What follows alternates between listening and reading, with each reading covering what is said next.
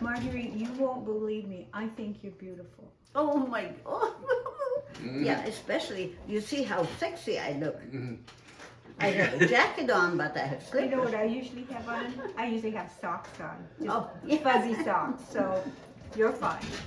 Okay, so, all right. So this is actually going, and it can be edited. So when you're ready to start the audio, so I then need we'll do that. you to start this. Right. Uh-oh, wait a minute. Stop. We gotta wait till that's finished. He'll hear that in the background and it'll make you What's crazy. in the background? The water or the coffee brewing. Oh. This microphone is so sensitive it picks up everything, and so our the owner of the Christian radio station will hear every little thing, and he edits as much out as he can, but he wants as little background noise as possible so that your voice is the thing that's. So that should be just a second, and it'll be. Yeah. Now, what? How do you want to start the talk? Well, I have to, because this is for Legislative Watch, I have to just do an introduction that it's Legislative Watch, and that my guest today is Margarete Fallat, am I pronouncing it correctly? Who is a survivor of World War II and prides herself on having outlived Hitler. And, did you lose all of your family to? I lost my father in Dachau. Okay. Dachau? Yeah. Is that DACHOW? DACH. AW. AU. Okay, Dachau. father. Yeah. Okay. Go ahead. Which used to be oh gosh, I cannot talk.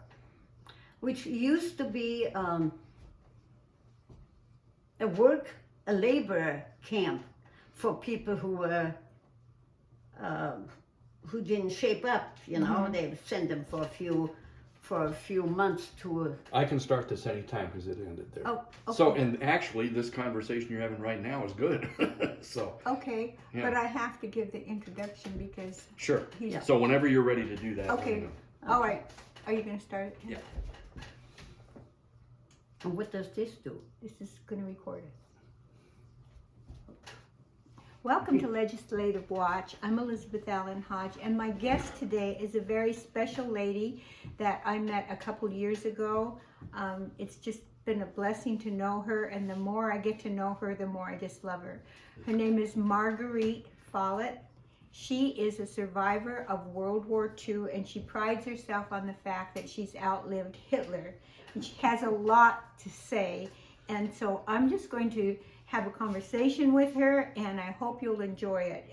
This will be a blessing to all who are listening, I'm sure. So Marguerite, welcome to the program. Thank you, thank you. Now, we were talking off air that you lost your father in a labor camp called Dachau. Am I pronouncing that correctly? Well, yes, well, he was an official that had about 800 men under him. And the party, the brown shirts, were egging him on all the time to join the party. And he said, well, I have no idea what your party stands for. I'm not a joiner, and if you want me to join anything, tell me what you're all about. And they said, well, I think we have to take you someplace where we can tell you and show you, because that was after weeks and weeks of them harassing my dad. So my dad disappeared for 6 weeks.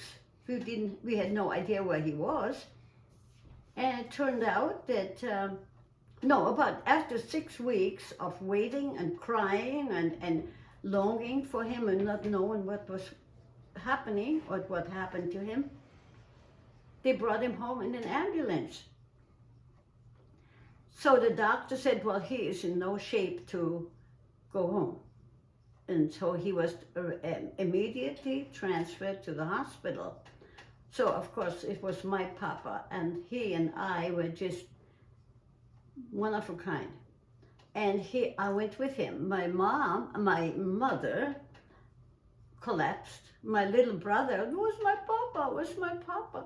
Well, the papa went to the hospital. So I stayed with him 3 days and 3 nights.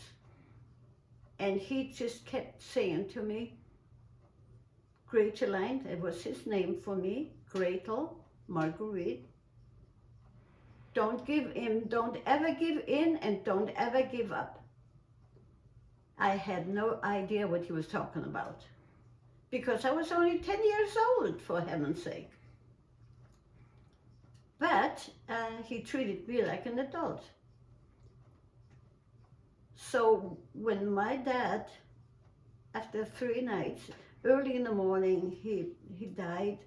I was holding his hand, and he said that how much he loved me, and I told him I love him, but don't leave, don't leave. We need you, we need you. He says it just for a little while.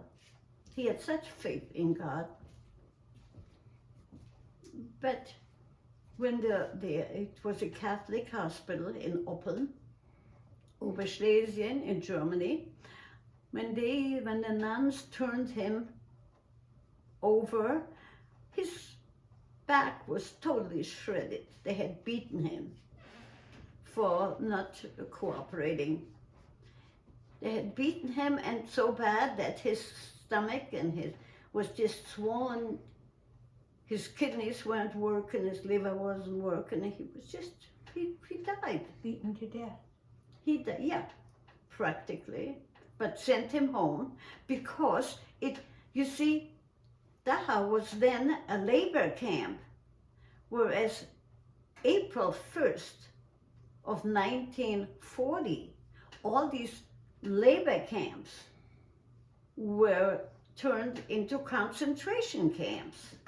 Take a minute and explain when you say labor camp. What does a labor camp do? You were, if for instance, you were insubordinate, did not do what they asked you to do.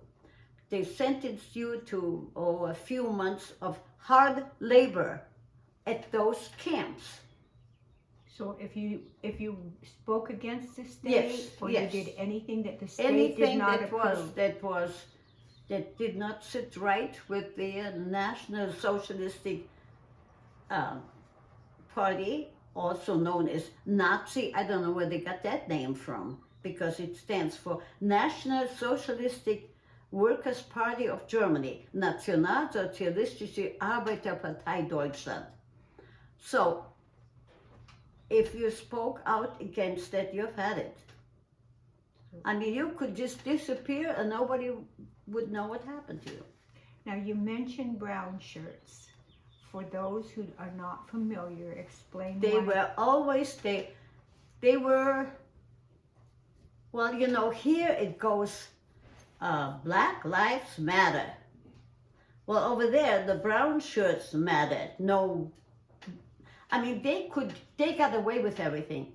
It's so reminiscent, this time now and then. It's just, I'm frightened, because it's When deja vu. It's all over, the same thing, all over. are you talking about the violence? Or are you talking The about violence, the speech? yes. Okay. Because they would do the same thing, those brown shirts.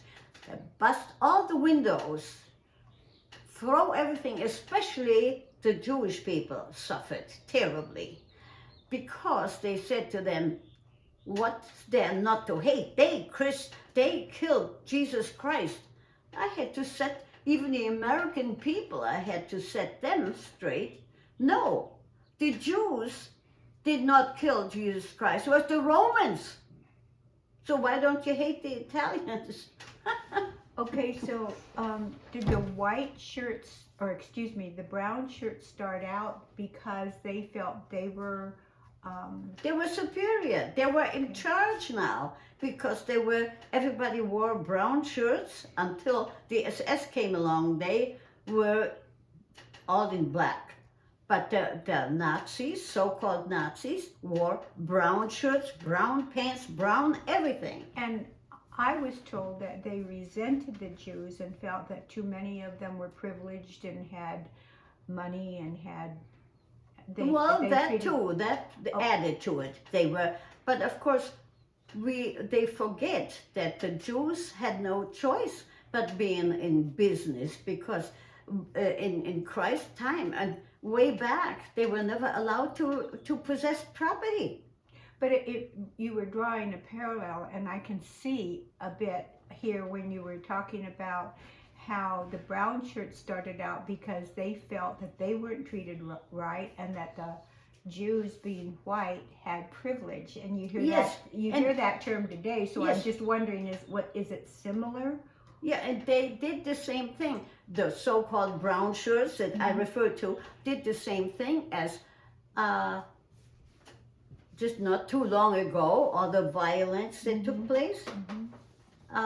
They busted all the windows. They stole. They killed. They shot. They beat them up. They beat up the Jews. They beat up anyone that they felt like. They beat me. I was only 14 years old. And I was on the streetcar, riding on the streetcar, and I came from a dentist. That's why I'm scared to death of dentists now. It goes back to then because I had some molars drilled and filled, a temporary filling, and I was on the streetcar going home because I had to return next day to my dentist. And I had to tell my friends that I was with a joke about Goering. That was a man, I mean, if he had milk delivered, he wore a milker's uniform. He was crazy about uniforms. He must have had 5 dozen in his closet. So, and when I told the joke, everybody was laughing because it was funny. A fist came out of nowhere and hit me in the face 2 or 3 times, and my teeth went flying. Oh my goodness. My blood was spurting.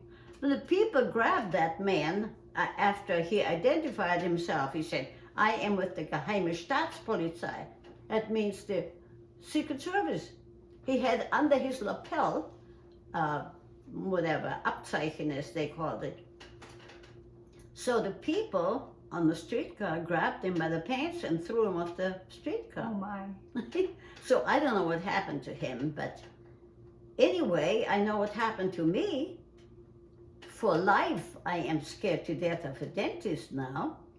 Well, and so if people spoke out against anything, they were dealt with pretty harshly, it sounds like. But, terribly. But nobody did a thing because the streetcar was moving and the guy that was there, they said, "I see nothing." Oh my goodness. They didn't see anything, they didn't hear anything, they just drove on, and we don't know what happened to The fellow that they threw Yeah, off. yeah. Okay.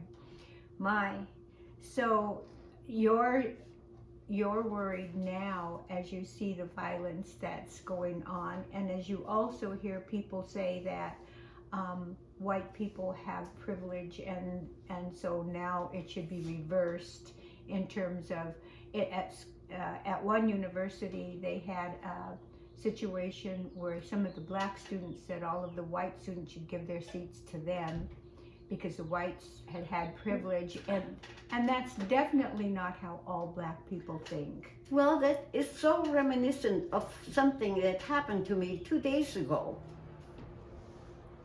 A woman that always said that, I'm a Republican.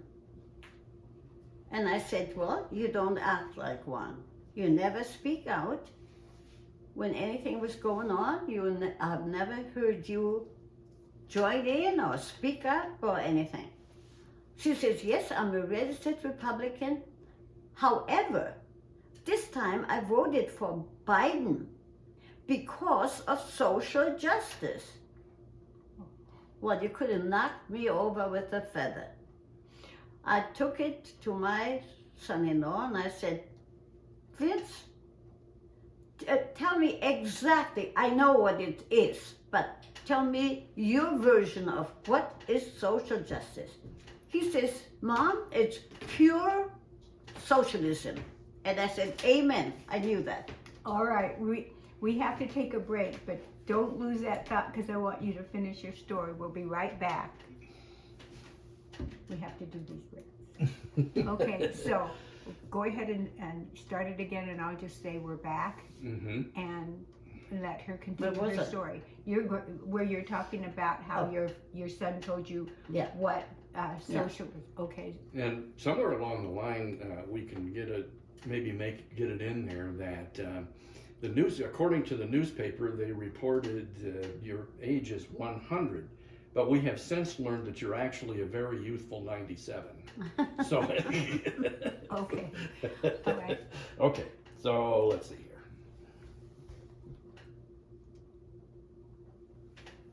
Welcome back. I'm speaking with Margarete Fallat, and she's a survivor of World War II. We were just in the middle of her explaining to me how she found out that a lady that she knows had said that she believed in social justice, and she was getting a definition from her, was it your son? My son-in-law. Son-in-law, as to what a social justice. Yes, I was on the right track. However, he knows everything as far as politics, and he is so conservative. I just adore that guy. So I thought, I'm going to run it by my son-in-law and ask him, what is your definition? So he says, no definition, it's pure socialism. Aha. I said, so I called her today, and I said to her, why the heck don't you get out of my party? Don't you dare call yourself a Republican. I have been a Republican and a registered Republican and all that, and I can prove it since 1962. And you say you're a Republican, but you voted for Biden because of social justice. Do you realize social justice is nothing but socialism? And what is socialism? But communism undercover. It seems like there are a lot of words that are getting used in a different way now. It's like the meanings are being changed. Well, this, what I have to say about socialism is Hitler had this war, World War II. He started out with capturing little countries like Belgium, Austria, Yugoslavia, Czechoslovakia, all those countries. And he took his National Socialism, that's Nazi, National Socialism with him and introduced it in all those countries because his goal was to become a globalist. Familiar? Huh? Familiar? Right. That's what we're working on right now, globalism. So he was going to bring that and turn his socialism into communism worldwide, just like we are having right now. Mr. Gates, Mr. Soros, and all those multi-billionaires, they can afford it. That's what they want. They want to be in charge. Minimize the people who rave for abortion. I told my Catholic friends, you cannot be a Catholic and a Democrat, because the Democrats are for abortion. Yeah, but I don't work for, I would never vote for that, they say. And I said, you associate with it, so you immediately, people look at you and they say, now there goes an abortionist, because it's a Democrat and a Catholic, and you're against that. Doesn't make sense, does it? Well, I know when I served in the legislature, I knew a Catholic that would always vote for anything pro-life. And so there are people in different parties that go against their own party at times. I went against my own party because some of my party actually was not pro-life. And so it's very difficult, isn't it? Because you and I have certain beliefs, and we're told if you join, you join the Republican Party, so you listen to their platform or you read their platform, which is pro-life. That's right. So it's very difficult, but I think there are people within both parties who don't always toe the line. What you've seen in your life, though, is you've seen too much of people saying one thing and doing another, and you've seen where it's led. My father said to me, "To thyself be true." Right. And I am.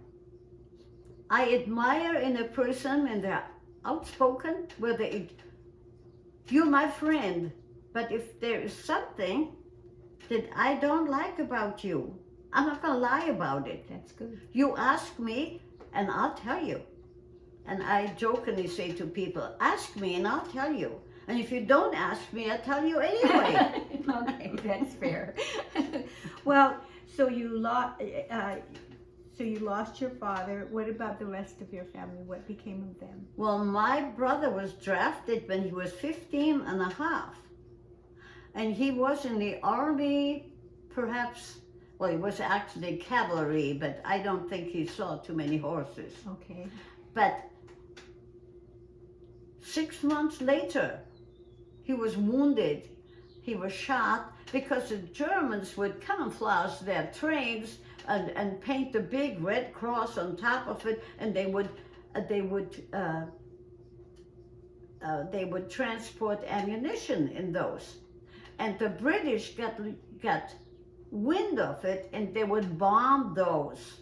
Well, this time it was really a train full of wounded soldiers, and they bombed it. So my brother got shot several times. Well, anyway, the Russians captured that train, and whoever was they thought could live, they let them live and patched them up. And the ones that were too far gone, I gave them one more shot and sent them off to, as they called it, no man's land. My brother wound up, he was then 16 years old, and he wound up in Siberia. Oh my. For 7 years. Actually 7.5, I don't know, where he suffered terribly, terribly.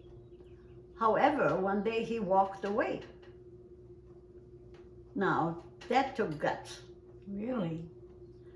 He walked and walked. He got help from Eskimos, he got help from, all kinds of people. He said he ate snow, he says, you don't want to know what things I ate. But he made it. Took me about a year and a half. A year and a half. So somebody made a movie, it was his life, but they called it Wherever My Feet Will Carry Me. Is that available now, or? Yeah, it is. Okay. And it is, however, I don't know who the actor is, and then they changed the end because he was not married, and this guy was married. Hollywood always but has it was to make his life, changes. yeah. Okay. So, but of course my brother was oblivious of the fact, and so he never got anything for that. Right. And he says, I wouldn't want anything for my life. And then he came to America anyway. Oh, so he yeah. survived Yeah. as well as Yeah, you. he survived. And is he alive? No, my brother. Oh, and I he was older than you. lost my husband. And within 6 weeks, I lost my husband and my brother. I see. And what about the rest of your family? My mother Well, my husband had her come over, and he had my brother come over. And my mother died a few years, when she was 96, a few years before my brother. Now, had they been living in Germany prior to them? The whole time, yeah. And then in 54, 54, he had my husband had my mother come over and join us.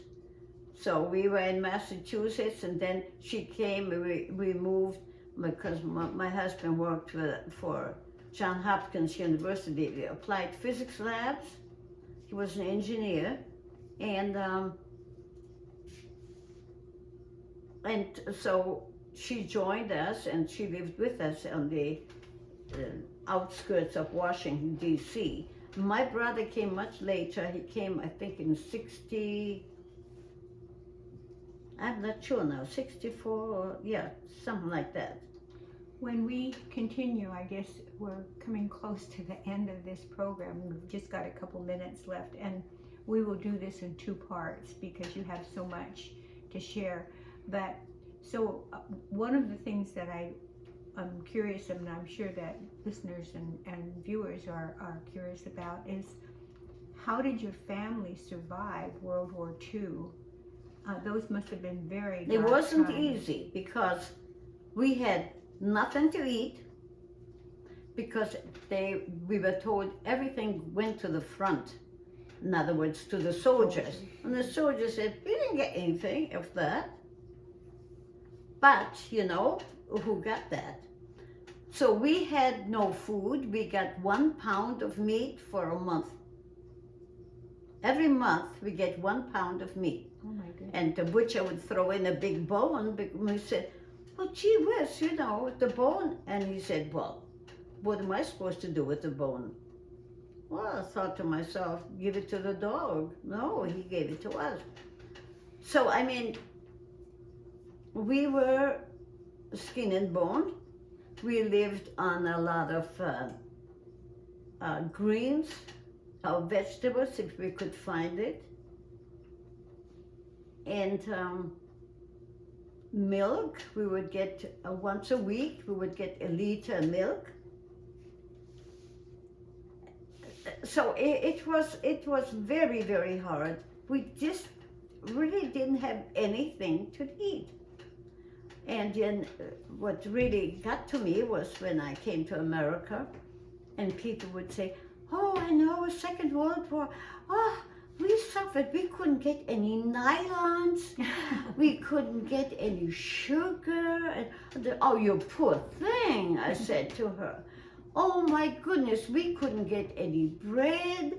We couldn't get any butter. We couldn't. She looked and she said, where were you? Mm-hmm. Oh, it was no use talking, because they said, well, the socialists, you know, National Socialism. But they were the good guys. I mean, they're on the right. People would tell you that? Yeah. They were, it was the communists that were, the Russians were the bad guys, but not the brown shirts, because they were National Socialists. And I said, well, listen to the word National Socialist. What is that? They don't pay attention. They don't know what they're talking about. So I didn't even waste my breath. I don't talk to people who want to be ignorant. They don't pay attention. They want to be ignorant. Okay, stay ignorant. Okay. Your prerogative. Well, we have to do another program because we've just scratched the very surface of all of this. Okay. And I know that people are going to want to hear more from you. So thank you so much for being on this program. You're and, so welcome. You're and we very look welcome. forward to having you back. You got me all flustered now because it's so emotional to hear you speak about the things that you do. I'm Elizabeth Allen Hodge. You have a blessed day. Okay. So, I mean, we can do more segments. if We you will. want. Okay, so I'll do a welcome back. I even forgot the name of our program. I was so listening to it. She was saying I couldn't even think after that. So maybe on the next part, I wonder if it would be helpful for you, having come over here from what you suffered in Germany and how you barely survived, not starving to death, what your life was like here and what you came to understand in terms of, we have so many freedoms here that we take for granted, and what your concerns are in terms of the tolerance level. You know, Ellen and I teach these young people to engage in civil discourse. We tell them you can disagree with somebody, but you be civil with them and you tell them your position and you stand strong, you know, and people are more and more afraid to speak out. Some people, others are so angry they're being violent, and that's not the answer either.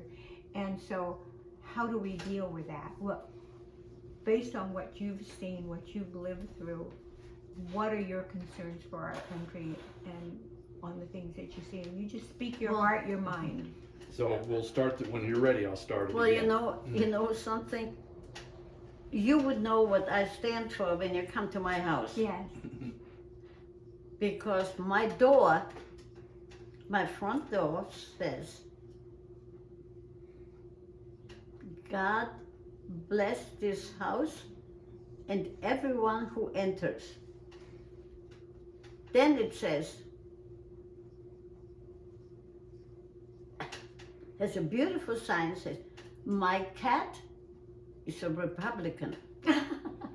Okay. And underneath it has a big sticker that says, Trump. Okay. And it'll stay there forever. And I will show you what I had on my door not too long ago, for 10 years on my door.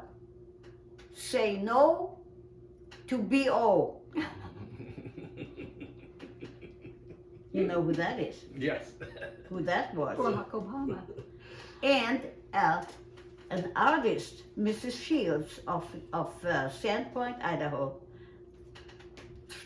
drew that for me, and she drew a head of No Obama. I always called him No Obama. Anyway, his head with the red thing through it. No. Oh, yeah, no, okay. Well, I think No to BO. I think what I want to do is I want to talk about what you suffered through as a young teenager, watching your father get taken away and then come back and die because he was beaten so badly by the brown shirts. Yeah, And then your son, your brother being taken away and having to live in Siberia for 7 years. Then you... And I was for a year and a half in Russia. Did you know that? No, we'll talk about that then, okay. Definitely. We're ready to start. Okay. I'll just do a recap since this is part 2. Okay. Because by that time I was in college. Okay, I just started college. okay. Welcome to Legislative Watch. I'm Elizabeth Allen Hodge, and this is part 2 in a 2-part series where I am speaking with Margarete Fallat, who is a survivor of World War II. We decided that we barely scratched the surface in the first program, and we're hoping that we can get more of an understanding of what it's like to live under socialism, what it's like to see people take over with ideas and change language like we see now, and why she's so concerned about what's happening here in America. So welcome to the program again, Marguerite. I'm so glad that you're here. Thank you, thank you. Now, we had gone over the fact that as a young teenager, you watched your father getting taken away by the brown shirts, who had wanted him join them, and he refused, and so they took him away, and when he came back he was beaten so badly he didn't survive. And you were with him when he passed, and how difficult that was, and how he told you basically what my father told me when I was 14, and that is to stand. Even if you're the only one standing, you stand for what's right and against what's wrong. And maybe that's one reason I can relate to those words spoken from our fathers were ingrained in our hearts and our minds, and I think made us stronger for it. But you had so much that you went through because you had to survive World War II, and you barely did. Your family barely survived. Your brother being taken off to Siberia for 7 years. And then things turned when you were able to come here. So you start wherever you want to start, but I want to contrast what you went through and then what happened when you came here, and then what your concerns are today. So start wherever you want to start. I was only 10 years old when my father was murdered, Okay. as I call it. He was murdered. And he told me, and it will stick with me forever, as long as I live, don't give in and don't give up. I don't give in and I never give up. I stand, and he always said to me, and be true to yourself. Always be true to yourself. You got something to say it. You see something that is not right, speak up. So at 14, And I do. At 14 you did speak up, and you ended up losing some teeth over it. Yeah, 4 of them. That's why. So briefly recap that for anybody that maybe didn't hear the first half.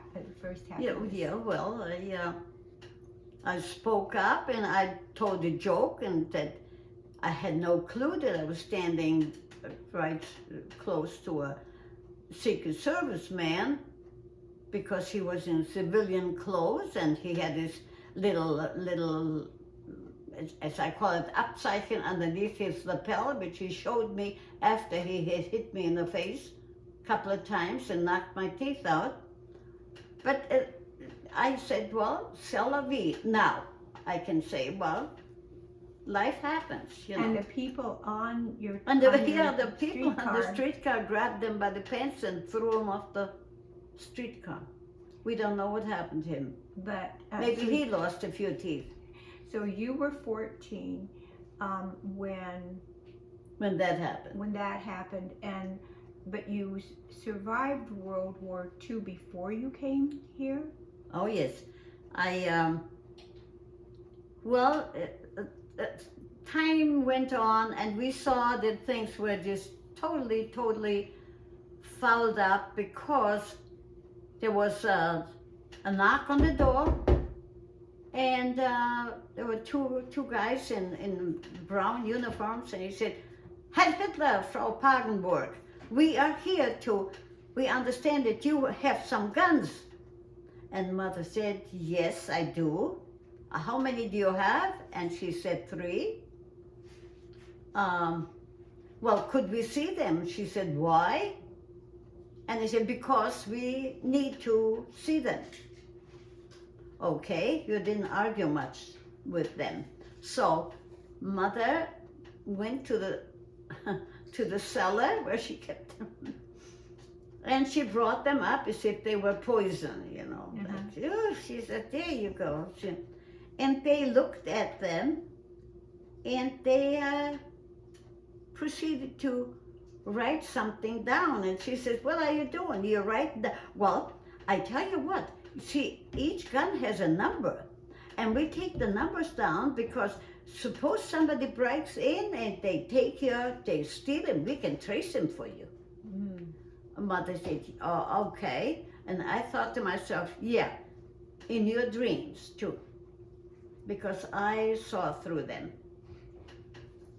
And so a few months later, the same 2 yahoos showed up Heil Hitler, Frau Pagenburg. And she says, you and your Heil Hitler, it's noontime. Well, it's still, our Führer requests that we greet with his name on our lips. Now, that's so you have to say Heil Hitler in the morning, noontime, at night when you got up in the morning, or when you went to the bathroom and you met your that's it. Heil Hitler left and right. Okay. So they came in again and they said, could we see those guns again? Those 2 guns. Aha. Mother thought, my 2 guns? They were just trying to catch her because they thought if she kept 1 gun, she's going to start Third World III, you know. So she said, now look, I told you 3. Why do you say 2? What are you trying to prove? Oh, okay, we forgot, yeah. She says, you have poor bookkeeping or you're trying to trap me. Oh my, she She was that saw outspoken. through them. Oh yes, she had spunk. I wonder where I got my spunk from. But anyway, so this time I was elected to bring them up. So they looked at them and they said, you know, Frau Pagenburg, I think we're going to take them with us because you don't really need them. Our Führer is such a great guy. You are protected. You can do anything you please and nothing will ever happen to you. You can go at nights in the streets and nothing will happen to you. So we're taking them. Now, think about that. Registration, confiscation, but they gave us a receipt. Oh, nice. So if somebody, A robber gives you a receipt. if somebody comes and attacks you, by golly, just whip out that receipt and show it to them and they'll run like hell. Oh my goodness. Okay. That's what we were up against. And there wasn't a darn thing you could do. We never found out the truth. If Mother and I wanted to know the truth, that what was going on, the war was going on. And if we wanted to know, oh my goodness, I mean, the media had to report what the party told them to report. And so nobody knew what was really going on. There was no television, there were no computers in those days. You were dependent on the radio. And so what happened, Mother and I would go, we had these big feather beds. We would go underneath the feather bed with our radio and we'd listen to BBC. And the Brits would tell us what really happened. That's how we... And that's how your neighbors survived too. Did they come in and take any of the boys off to war in your neighborhood? Or? Oh, everybody was gone. All the young people, so many that went to school with me, they were gone and they were killed. And I mean, it was pathetic. By that time, then they were drafting the 65-year-olds and the 15-year-olds. That's what they were fighting the war So it was with. basically your mom, you, and who else in your family? And I was then by that time I was in my first year of college. And all of a sudden they came and they said, well, you are needed. All our boys are on the front in Russia fighting. And we need young women now. We're going to send you to Russia and you're going to be in charge to trace the ammunition trains because they're leaving here and then by ticker tape, we're going to tell you where they are and you map it down. And that was my introduction to keeping track. I bet you any money the trains I sent, they're probably still way up in Siberia someplace waiting to be unloaded because I had no clue what I was doing. So they shipped me out to Russia for a year and a half. But I got my revenge. One day I went to the dormitory from work at 2 o'clock in the morning, all by myself, scared to death.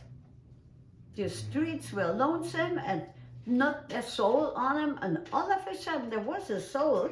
There was some guy, a tall man with a long coat, and he was coming toward me. And so I moved over to the right, and he moved to the right. And I moved over to the other side, he moved to the other side. So I thought, he's either a nut, or he means no good, or whatever. I don't know, but I'm going to be very careful. And I had my little Mauser that they gave me. They gave me a Mauser to protect myself, a little gun, and a little automatic. And I said, well, how do I use that? So they said, well, you put your finger here and you pull. I said, okay, that was my training. Anyway, I had that in my pocket. The man was coming toward me, and he was maybe 6 feet, no, maybe 8 feet away from me. He flipped open his coat, and he was stark naked. Oh my. He was a flasher. I was scared to death. I whipped out my little gun and I shot him. I aimed at the head, but with my training, I got him in the foot. So at least I slowed him down. And then I ran like, holy smoke, I ran like anything. And I don't know what happened to him. He was on the ground because I got him in the leg. Oh my. Okay, we will be right back. Wow, my gosh. When you're so I guess maybe, I don't know if there's if it's worthwhile to describe your little 1.5 year side trip in Russia and what it was like or not, but or if you want to move into What I want her to discuss is how she's seeing, what her concerns are for America now, as she sees what she. Oh yeah, What else, Alan? Was there deja something else? vu in here Yeah. now. I've got to. Actually, that would be good. The best thing to do is your concerns about what's going on in America because of your. Your what? What your concerns about what's going on in America That's now. right. Yeah. It would be good for you to say because of your past experience that Yeah. other people did not have. So Yeah. that's really good. Now, how about a little refreshment for you? Well, after this one, we'll do that. Let's finish this, and then we'll do that. But do you have a Are you thirsty Kleenex? for anything? Would you like something? Do I what? Are you thirsty or anything right No, now? no. I said maybe if you want. I mean, we're gabbing. We'll finish this section, and then we will. Oh, But okay. do you have a Kleenex? My nose is just Yeah. a No. little bit. Oh, okay. Kleenex is. Where are you? I just had them Or just show me where the bathroom is. Toilet paper works for me. Right around the corner to the right. here. Yeah, right here. Okay. Yeah. Can you see him? Yeah. So we Okay. just do like 12-minute segments. Okay. So we have one Okay. more to do and then we can take a break or Yeah, whatever. yeah. Okay. Because I And got. in this 12-minute segment, I want to talk about the fact that you lived through Nazism. You saw in the early days how these men dressed in brown shirts came, and how and it started out with them destroying things because they felt that they had. Because they could. Because they could, and they also resented Jewish people and felt that they were privileged. And then you can contrast that or your concerns with what you're seeing today. Do you need to get that? Your phone?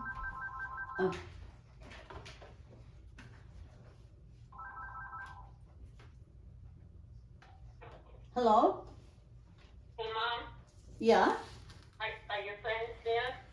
Yes, they are. Okay, so, because I forgot to tell you what to do for lunch, but down at the bottom of the refrigerator is all slice and the cheese and then the bread is in the cupboard. Oh, you're so sweet, Oh. darling. But we haven't even We haven't, they didn't get here until 11, and we've been working, we've been recording and all that the whole time. So now we have a little pause.